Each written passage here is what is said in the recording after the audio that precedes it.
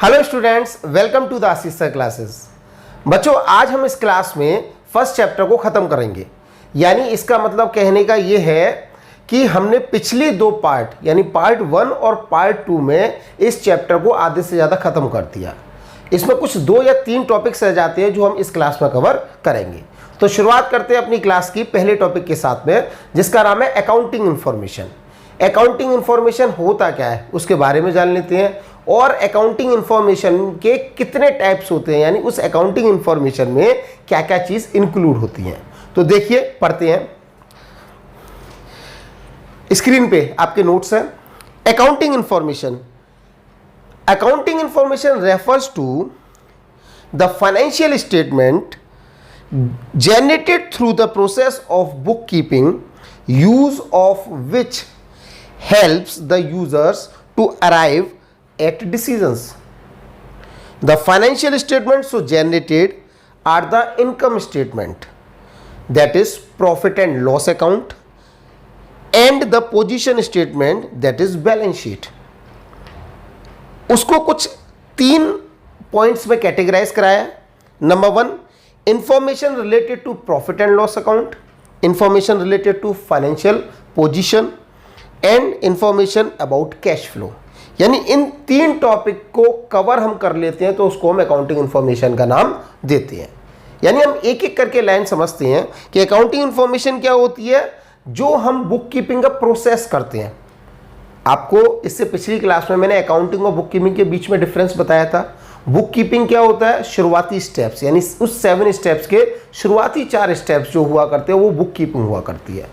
उसके बाद last 3 steps जो रह जाते हैं वो आपकी अकाउंटिंग हुआ करती थी। तो वो ये कह रहा है कि जिस प्रोसेस यानी बुक कीपिंग के प्रोसेस से शुरुआत होते होते लास्ट तक पहुंच जाता है उसको हम अकाउंटिंग इंफॉर्मेशन कहते हैं।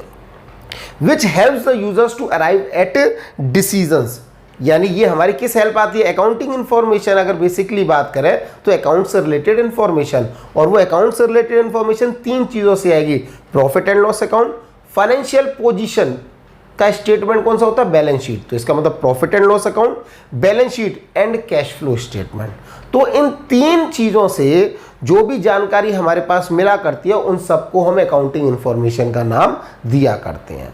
अब आप कहोगे सर इसमें थ्योरी में कहीं ना कहीं ये इनकम स्टेटमेंट क्या लिखा हुआ है। Income statement profit and loss account ही हुआ करता है, और पोजीशन स्टेटमेंट जो फाइनेंशियल पोजीशन जो बताता है उसको हम बैलेंस शीट का नाम देते हैं। तो इनसे मिली हुई जानकारी इंफॉर्मेशन को हम अकाउंटिंग इंफॉर्मेशन का नाम देते हैं। क्लियर हो गया होगा चीज़ों को, गुड। अब हम नेक्स्ट टॉपिक पे आते हैं। ये तो रहा अकाउंटिंग इंफॉर्मेशन के बारे में। आपका नेक्स्ट टॉपिक है, next topic users of accounting information. देखिए आपकी स्क्रीन पे यूजर्स आ रहे होंगे। यूजर्स 2 तरीके के दिख रहे हैं, एक तो इंटरनल यूजर्स और दूसरा एक्सटर्नल यूजर्स। बच्चों, इन सब चीज़ों को समझने से पहले हमें यह जानना जरूरी है कि हम किस चीज़ की बात कर रहे हैं, प्रोप्राइटरशिप या फर्म की बात कर रहे हैं। तो इसका मतलब एंटिटी कह सकता हूं मैं दोनों चीज़ों को। तो एंटिटी के बाहर के यूजर्स एक्सटर्नल कहलाते हैं, और एंटिटी के अंदर के यूजर्स आपके इंटरनल कहलाते हैं। अब उस इंटरनल यानी कंपनी या फर्म के अंदर के यूजर्स इंटरनल कौन कौन से होते हैं। सबसे पहला जो नाम दे रखा है उसमें ओनर्स जो मालिक हुआ करते हैं वो सबसे पहले यूजर्स यानी इंटरनल यूजर्स में आते हैं। उसके बाद दूसरा जो लिखा हुआ वो है मैनेजमेंट जो वर्क करती है हमारी एंटिटी प्रीमाइसेस के अंदर, जो काम किया करती है कंपनी के अंदर, फर्म के अंदर जो काम करते हैं वो सब मैनेजमेंट कहलाता है। और नंबर 3 है एम्प्लॉयज एंड वर्कर्स। मैनेजमेंट के नीचे जितने भी लोग आते हैं वो सब एम्प्लॉयज एंड वर्कर्स आते हैं। तो इन तीनों को अकाउंटिंग इंफॉर्मेशन का इस्तेमाल क्यों करना है वो हम बात करेंगे। अब यही एक्सटर्नल यूजर्स के नाम देखिए। एक्सटर्नल मतलब एंटिटी से बाहर के यूजर्स। सबसे पहला है banks and financial institutions. Banks and financial institutions का मतलब जो बाहर बैंक काम कर रहे हैं हमारी बिजनेस के लिए, वो सब बैंक और फाइनेंशियल इंस्टीट्यूशन कहलाते हैं। उनको क्या जरूरत पड़ेगी वो भी हम बात करेंगे। नंबर 2 है इन्वेस्टर्स, जो हमारी कंपनी या फर्म में पैसा लगाते हैं उनको इन्वेस्टर्स कहते हैं। नेक्स्ट है क्रेडिटर्स मतलब जिनसे हम सामान उधार लेते हैं, यानी अपना बिजनेस चलाने के लिए हमें क्या करना होता है, कुछ ऐसे दुकानदार होते हैं उनसे सामान हम ले लिया करते हैं बेचने के लिए या अपना व्यापार चलाने के लिए, उसको हम क्रेडिटर्स का नाम देते हैं। उसके बाद नेक्स्ट है गवर्नमेंट एंड इट्स अथॉरिटीज। यानी गवर्नमेंट एंड इट्स अथॉरिटीज, जो भी गवर्नमेंट, एक ही चीज़ है गवर्नमेंट, वो हमारे फाइनेंशियल इंफॉर्मेशन यानी अकाउंटिंग इंफॉर्मेशन क्यों देखना चाहती है, ये भी हम बात करेंगे, वो सब एक्सटर्नल है। उसके बाद रिसर्चर्स कुछ रिसर्च करते हैं, ये मार्केटिंग जो करते हैं लोग, देखते हैं कौन से प्रोडक्ट की रिक्वायरमेंट है, आगे मार्केट में हो क्या रहा है, आखिर बाहर क्या हो रहा है, वो सब रिसर्चर्स कहलाते हैं। तो उनको हमारी अकाउंटिंग इन्फॉर्मेशन क्यों चाहिए, वो भी हम बात करेंगे। तो एक एक करके हम इन सब चीज़ों को पढ़ लेते हैं। सबसे पहला, जब इंटरनल यूजर्स में तो ओनर्स के लिए क्या चाहिए होता है, तो थ्योरी के साथ रीड करते हैं। ओनर्स में, owners contribute capital in the business and दस naturally they are interested in knowing the profit earned or loss incurred by the business besides the safety of their capital। यानी owners क्या करते हैं, owners company में, आपकी firm में पूंजी लगाते हैं, कैपिटल कंट्रीब्यूट करते हैं। तो भैया उनको अधिकार है कि आपकी जो भी फर्म या एंटिटी या कंपनी की इंफॉर्मेशन जाने। क्यों जाने भाई, एक बार तो पैसा लगाया, अब जब पैसा लगाया तो कितना रिटर्न मिलेगा उस पर, या कितना फ़ायदा मिलना चाहिए, प्रॉफिट होना चाहिए या नुकसान होना चाहिए, ये सब पता लगाने के लिए उनको अकाउंटिंग इन्फॉर्मेशन की ज़रूरत पड़ेगी। तो इसीलिए ओनर्स क्या करते हैं, इंटरेस्टेड होते हैं आपकी फाइनेंशियल इन्फॉर्मेशन या अकाउंटिंग इन्फॉर्मेशन में, ताकि ये पता लगा सके कितना फ़ायदा और भैया कितना नुकसान हुआ। क्लियर। Second, management. मैनेजमेंट को क्यों ज़रूरत होती है अकाउंटिंग इन्फॉर्मेशन की, इसमें लिखा है the management makes extensive use of accounting information to arrived at inform decision such as determination of selling price, cost control and investment in new projects. यानी जो भी मैनेजमेंट हुआ करती है वो क्या करती है, वो अकाउंटिंग इन्फॉर्मेशन इसलिए निकालती है कि वो पता कर सके हमारे पास कितना कैश फ्लो है, कितना पैसा है कि हम इन्वेस्ट कर सकें उसमें। क्लियर। तो कितना पैसा हमें न्यू प्रोजेक्ट्स में लगाना है, हमारी इस बार सेलिंग प्राइस कितनी रहने वाली है, तो ये सब किससे आंकड़े पता चलते हैं, हमारे अकाउंट से ही तो पता चलते हैं। तो जब हमारे अकाउंट्स मेंटेन होंगे तो हम लोग क्या कर सकते हैं, यानी मैनेजमेंट क्या कर सकती है, एक अच्छे से बेहतर तरीके से डिसीजंस ले सकती है और फ्यूचर प्लानिंग कर सकती है। तो ये रही मैनेजमेंट की बात। तो हमने दो की बात की, एक तो ओनर्स क्योंकि वो कैपिटल यानी पूंजी लगाता है, और दूसरी बात की हमने मैनेजमेंट क्योंकि वो हमारी कंपनी के डिसीजंस लेता है। तीसरी बात होती है आपकी एम्प्लॉइज की, employees and workers. Employees and workers में लिखा है employees and workers are entitled to bonus at the year end which is linked to the profit earned by an enterprise. Therefore, the employee and workers are interested in financial statement। भैया क्या होता है, जो आपके employees और workers हुआ करती हैं वो आपके प्रॉफिट पे निर्भर होते हैं। अगर मैं हूँ किसी कंपनी में काम कर रहा हूँ तो मैं क्या मांगता हूँ, एक अच्छी सैलरी मांगता हूँ, हर ईयर एंड पे बोनस मांगता हूँ। तो ये सब के लिए मुझे जानकारी होना जरूरी है कि जिस कंपनी में काम कर रहा हूँ कि उसके अकाउंट्स क्या कह रहे हैं, क्या इस बार अच्छा प्रॉफिट कमा पाएंगे, अगर प्रॉफिट कमा पाएंगे तो कितना बोनस हमें मिल जाना चाहिए। तो इसी आशा में एम्प्लॉयज़ और वर्कर्स भी क्या करते हैं, अकाउंटिंग इन्फॉर्मेशन को असेस करते रहते हैं और पता लगाते रहते हैं। तो ये तीन थे आपके इंटरनल यूजर्स। क्लियर है, ओनर्स, मैनेजमेंट एंड एम्प्लॉयज़। तो ये तीन इंटरनल यूजर्स। उसके बाद बात आती है आपके एक्सटर्नल की। एक्सटर्नल में सबसे पहला नाम दे रखा है बैंक्स। बैंक्स में banks and financial institutions. Banks and financial institutions are an essential part of any business as they provide loans to business। बिल्कुल सही बात है, यानी हमारी फर्म या एंटरप्राइजेस के लिए बैंक बहुत बड़ा रोल प्ले करती है, क्योंकि हमें कभी भी पैसों की ज़रूरत पड़ती है तो हम बैंक से दरख्वास्त करते हैं कि भाई कुछ पैसा लोन के लिए दिया जाए। तो ये एसेंशियल पार्ट तो बनता है। उसके बाद में therefore the employees and naturally they watch the performance of the business to know whether it is making progress as projected to ensure the safety and recovery of loan advance and payment of interest। ताकि वो accounting information से ये पता लगा सकें कि भैया इस बार ये लोन रीपेमेंट मिल जाएगा या ना मिल पाएगा, या फिर जो भी ब्याज मिलनी चाहिए वो हमें मिल पाएगी या नहीं मिल पाएगी। तो ये सब बैंक के दिमाग में चलता रहता है। इसी वजह से वो हमारी अकाउंटिंग इन्फॉर्मेशन को मतलब टाइम टू टाइम चेक करते रहते हैं कि भैया कितना पैसा इनके पास है, ये लोन इस साल पे कर पाएंगे, इस साल की इंस्टॉलमेंट मिल पाएगी कि नहीं, और जो भी ब्याज यानी इंटरेस्ट आने वाली है वो भी मिल पाएगी या नहीं। तो ये क्रेडिट वर्दीनेस को कैलकुलेट करने के लिए बैंक हमारे अकाउंटिंग इन्फॉर्मेशन को हमेशा ही जांचता रहता है, चेक करता रहता है, तो इसीलिए उनको अकाउंटिंग इन्फॉर्मेशन की जरूरत पड़ती है। दूसरा, investors and potential investors. Investors कौन होते हैं? Investors, investment involves risk and also the investors do not have direct control over the business affairs.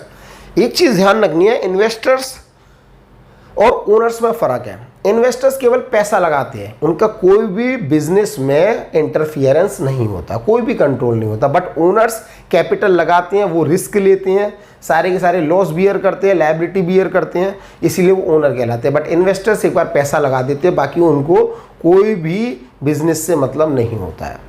हालांकि इन्वेस्टमेंट में रिस्क तो इन्वॉल्व होता है, क्यों? क्योंकि हो सकता है ये इन्वेस्टमेंट जो किया वो डूब जाए, फ़ायदा ना मिल पाए, या इन्वेस्टमेंट फ़ायदा अच्छा खासा दे पाए। क्लियर? तो इसमें भी यही लिखा हुआ है। तो therefore they rely on the accounting information available to them and seek answers to question such as what is the earning capacity of the enterprise and how safe is their investment. केवल इतने दो questions वो आपसे पूछते रहते हैं, यानी business से, कि भैया हमारा इन्वेस्टमेंट सेफ है कि नहीं, और इस बार अर्निंग कैपेसिटी आपके बिजनेस की कितनी है, हमने जो पैसा लगाया, इन्वेस्ट किया है, क्या वो हमें अच्छी खासी रिटर्न दे पाएगा या नहीं। तो ये इन्वेस्टर्स के लिए फ़ायदेमंद रहती है। तो इसीलिए अकाउंटिंग इन्फॉर्मेशन को समय समय पे वो जांचते रहते हैं, देखते रहते हैं। नेक्स्ट है क्रेडिटर्स। क्रेडिटर्स कौन? दुकानदार, जिनसे हम सामान उधार लेके आते हैं।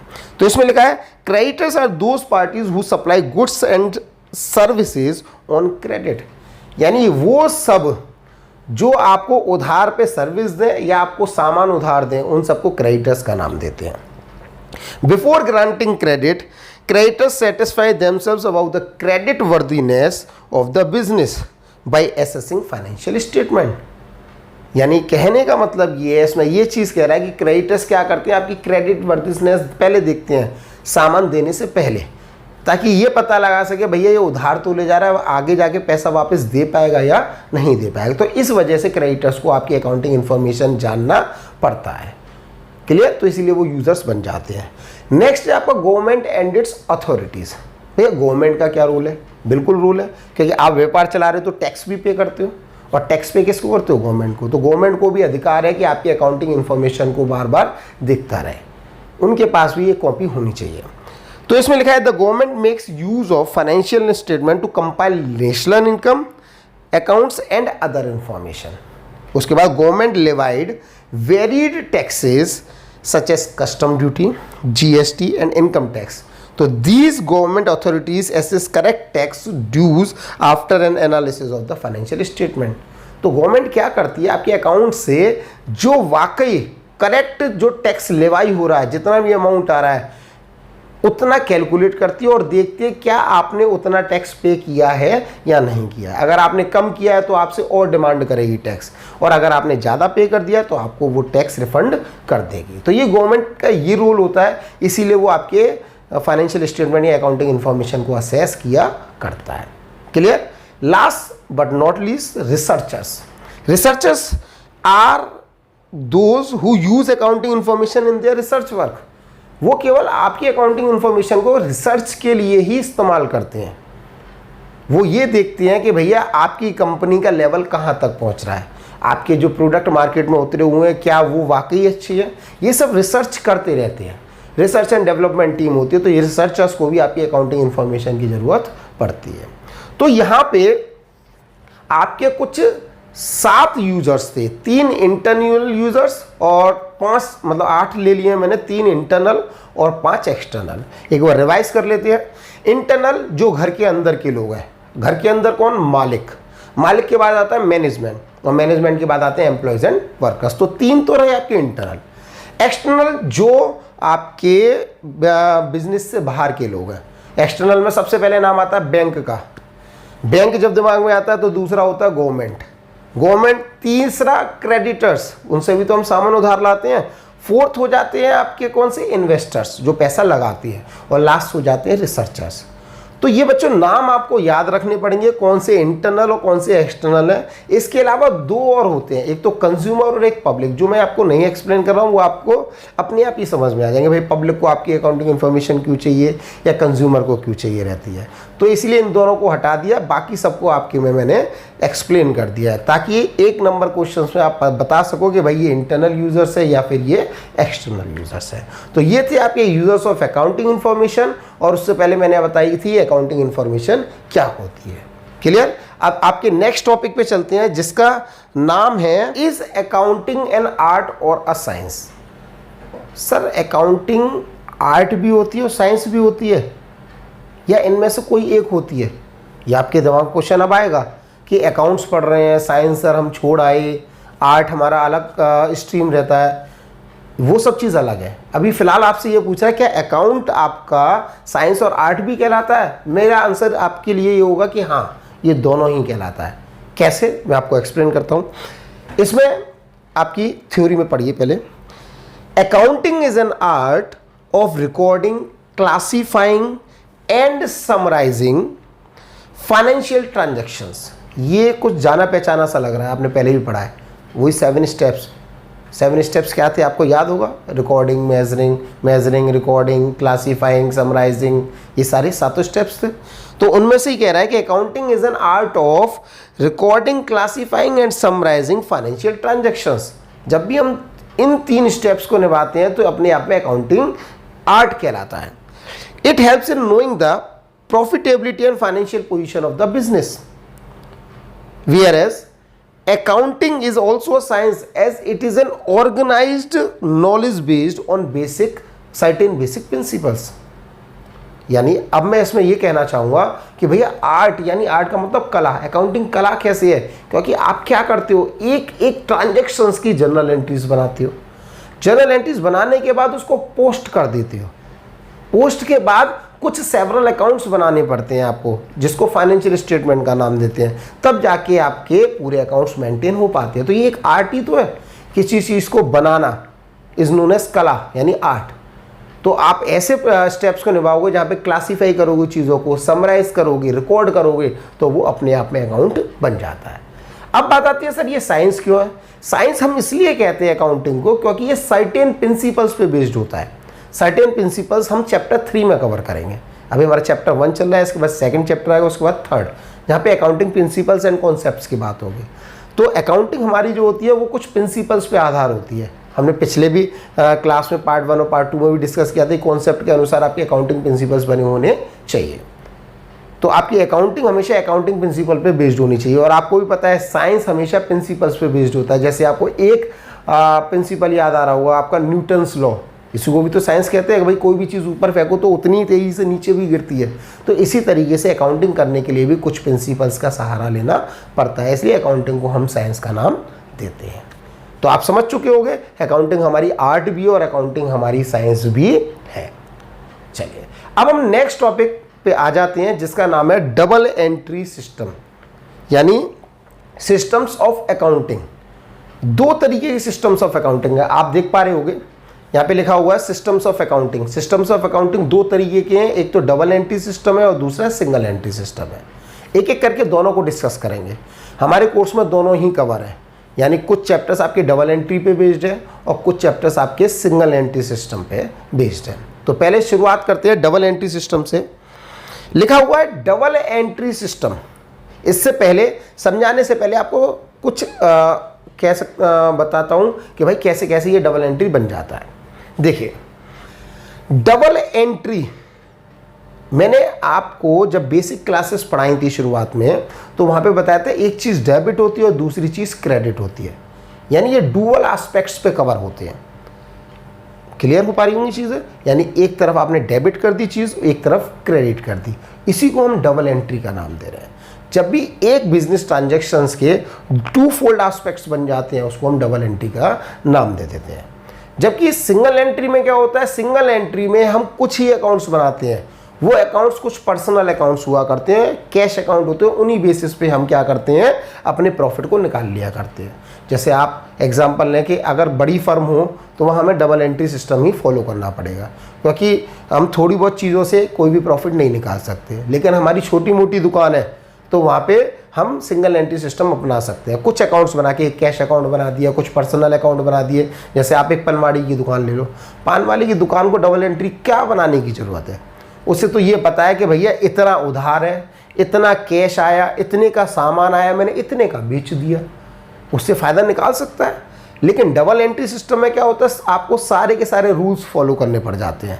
रूल्स फॉलो, पहले जर्नल एंट्री भी पास करनी पड़ती है, अकाउंट्स बनानी भी पड़ती है, फिर उसके बाद फ़ायदा निकालना भी पड़ता है और बैलेंस शीट भी मैच करनी पड़ती है। तो ये फ़र्क है डबल एंट्री और सिंगल एंट्री में। अब हम इसकी थ्योरी रीड कर लेते हैं। लिखा हुआ है डबल एंट्री सिस्टम में, double entry system of accounting is a system of accounting under which both debit and credit aspects of accounting are recording. यानी दोनों ही एस्पेक्ट, एक डेबिट और क्रेडिट, दोनों को ही कवर करके चलना पड़ता है। A transaction had two aspects, debit and credit, and at the time of recording a transaction one aspect is recorded on the debit side and other aspect is recorded on the credit side। यानी दो पहलू बन जाते हैं, एक तरफ हमें debit लिखना पड़ता है एक अकाउंट को, और दूसरे अकाउंट को हमें क्रेडिट साइड लिखना पड़ता है। उसके बाद फॉर एग्जांपल लिखा हुआ है eight the time of cash purchase. जब भी हम सामान कैश में परचेज करते हैं, कैश में परचेज आप समझ गए होंगे, हमने जब जनरल एंट्रीज पढ़ी थी। गुड्स आर रिसीव, जब कैश परचेज करें तो आपके पास सामान आया और आपके पास से क्या गया, आपके पास से कैश चला गया।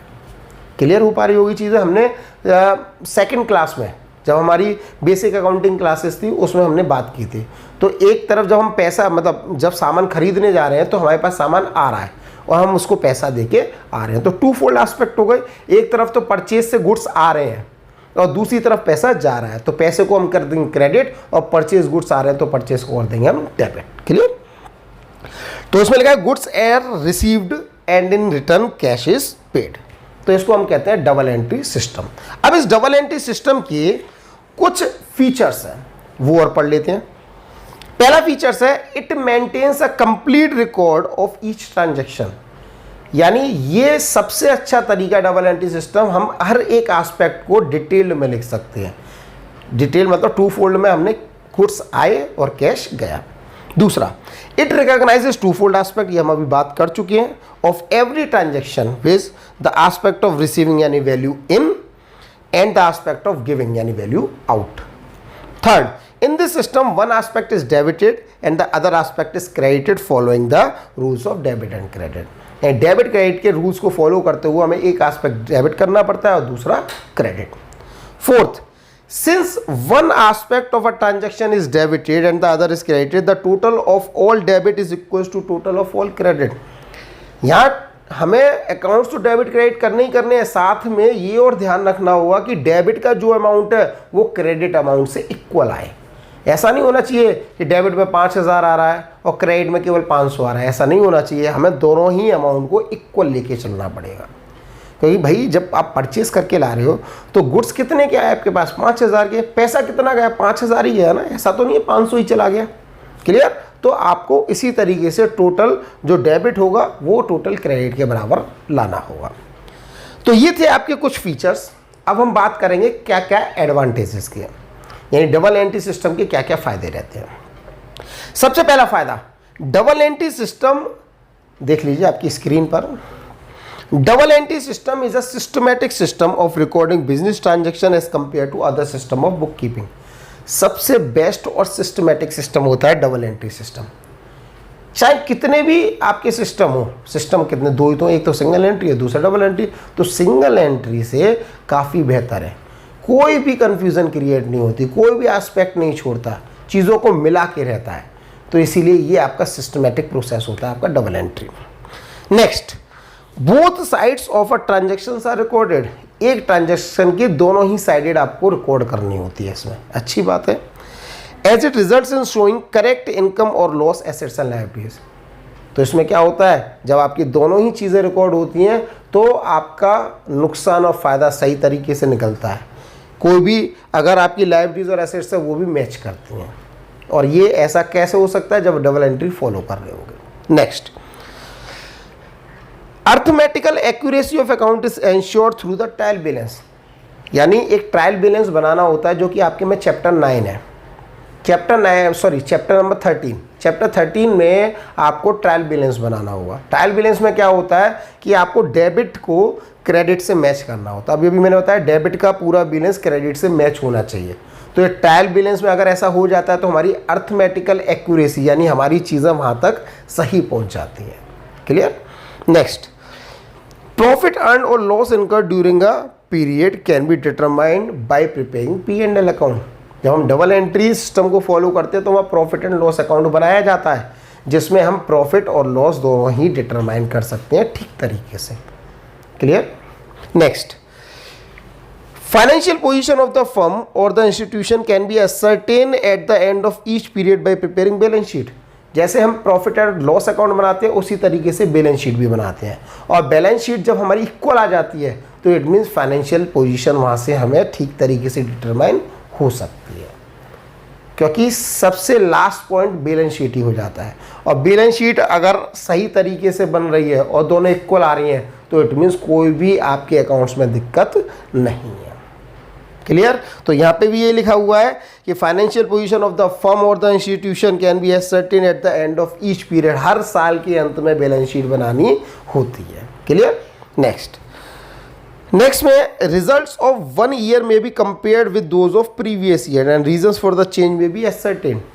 एक और चीज़ है, डबल एंट्री सिस्टम अगर आप फॉलो करके चल रहे तो आप एक साल के रिजल्ट को दूसरे साल से कंपेयर इजीली कर सकते हैं, और करना भी पड़ जाता है। भाई पिछली साल सेल इतनी थी, इस साल सेल इतनी है, तो ऐसा कंपेयर करना पड़ जाता है। तो ये अच्छा रहता है, आपके लिए आसानी रहती है, तो आप असर्टेन कर सकते हो। और last helps management in decision making. आपके मैनेजमेंट की पूर्ण रूप से सहायता करता है। जब आपके अकाउंट सही तरीके से मेंटेन होते हैं, वो तो भाई सिंगल एंट्री से भी कहूँगा, ये सिंगल एंट्री सिस्टम भी फॉलो कर रहे हो और सही तरीके से बना रखा है, तो आपका मैनेजमेंट को डिसीजन मेकिंग में बहुत ज़्यादा हेल्प करता है। तो अकाउंटिंग इन्फॉर्मेशन तो कैसी भी हो वो आपकी मैनेजमेंट को हेल्प करती ही करती है। तो ये कुछ आपके एडवांटेजेस थे जो आपकी डबल एंट्री बुक सिस्टम को, जो डबल एंट्री सिस्टम है उसको मजबूत बनाता है। ये फ़ायदे थे आपके बनाने से, इतने फ़ायदे आपको मिलते हैं। तो आपने डबल एंट्री सिस्टम सीखा, उसके कुछ फीचर्स सीखे और उसके बाद उसकी एडवांटेज पढ़ी। अब आपके चैप्टर का सबसे लास्ट टॉपिक रह जाता है सिंगल एंट्री सिस्टम। इसको और पढ़ लेते हैं और इसके बाद इस चैप्टर को ख़त्म करते हैं, यानी आपके फर्स्ट चैप्टर की थ्योरी ख़त्म। और बच्चों एक और चीज़ ध्यान रखनी है कि इस चैप्टर को अगर आपने अच्छे से पढ़ रखा है तो आने वाले चैप्टर्स में आपकी सारी की सारी दिक्कतें दूर हो जाएगी। तो इस चैप्टर को आप अच्छे से रीड आउट कीजिएगा। मैंने आपको नोट्स बनवाए हैं, इसलिए नोट्स बनवाए हैं ताकि आप अच्छे से समझ सकें। ये सेल्फ मेड नोट्स हैं, ये मैंने खुद बनाए हुए नोट्स हैं, क्योंकि आपकी बुक में थ्योरी बहुत ज़्यादा है। उस थ्योरी को मैंने कंसाइज कर दिया जिससे आपको अच्छे से समझ में आ सके। तो हम बढ़ते हैं अपने last topic single entry system के लिए। तो पढ़िए, इसमें लिखा है कि it may be defined as an incomplete double entry system.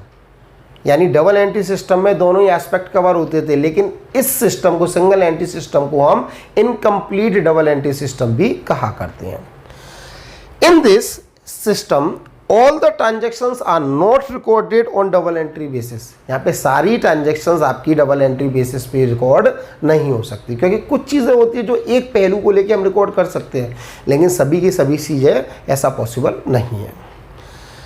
In this system in some transactions both aspects of the transactions are recorded, while in others either one aspect is recorded or not recorded at all।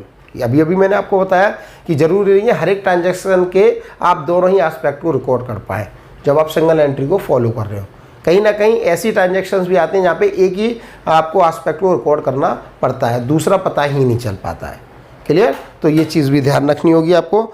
आगे, instead of maintaining all the accounts, सभी accounts को बनाने की बजाय क्या बनाना होता है, only personal accounts and cash books are maintain. केवल दो तरीके के अकाउंट बनते हैं, personal accounts and cash account.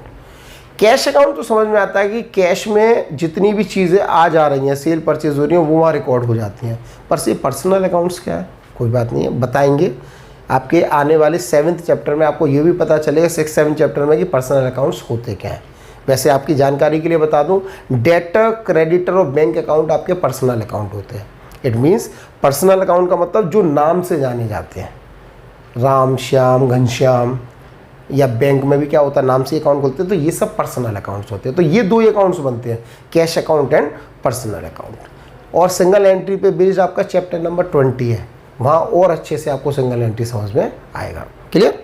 तो आगे, institute of maintaining all the accounts only personal accounts and cash books are maintained under this system.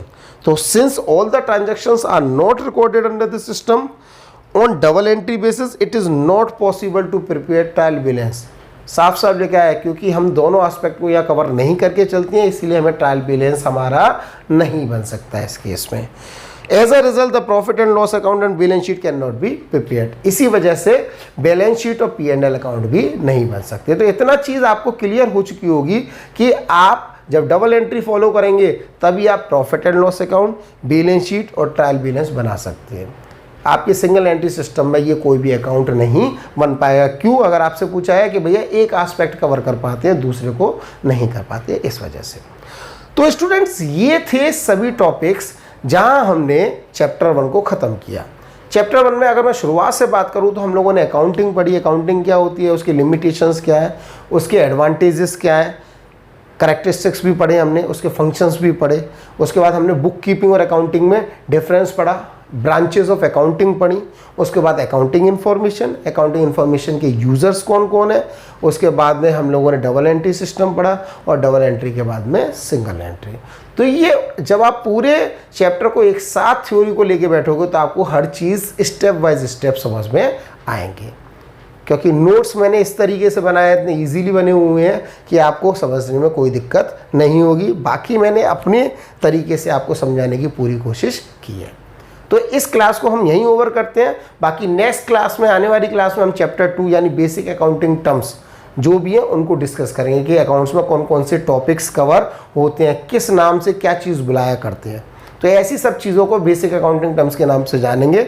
हालांकि आपको हिंट मैंने शुरुआती पहली और दूसरी क्लास में दी है कि बेसिक अकाउंटिंग टर्म्स होते क्या, एसेट्स है, लायबिलिटीज। अगर आपने क्लासेस देख रखी हैं, अगर नहीं देखी हैं तो अभी जाके देखिएगा, वॉच कीजिएगा पहली दूसरी क्लास में। वहाँ बेसिक अकाउंटिंग टर्म्स में असेट्स क्या होती हैं, लायबिलिटीज़ क्या होती हैं, डेटर्स क्या होते हैं, क्रेडिटर्स क्या होते हैं, इनकम क्या, एक्सपेंस, ये छोटी मोटी चीज़ें मैंने वहाँ पे हिंट में बताई थी। हालांकि इसको हम पूरी तरीके से आने वाले नेक्स्ट क्लास में कवर करेंगे। तब तक के लिए हम इस क्लास को यहीं ओवर करते हैं। Thank you.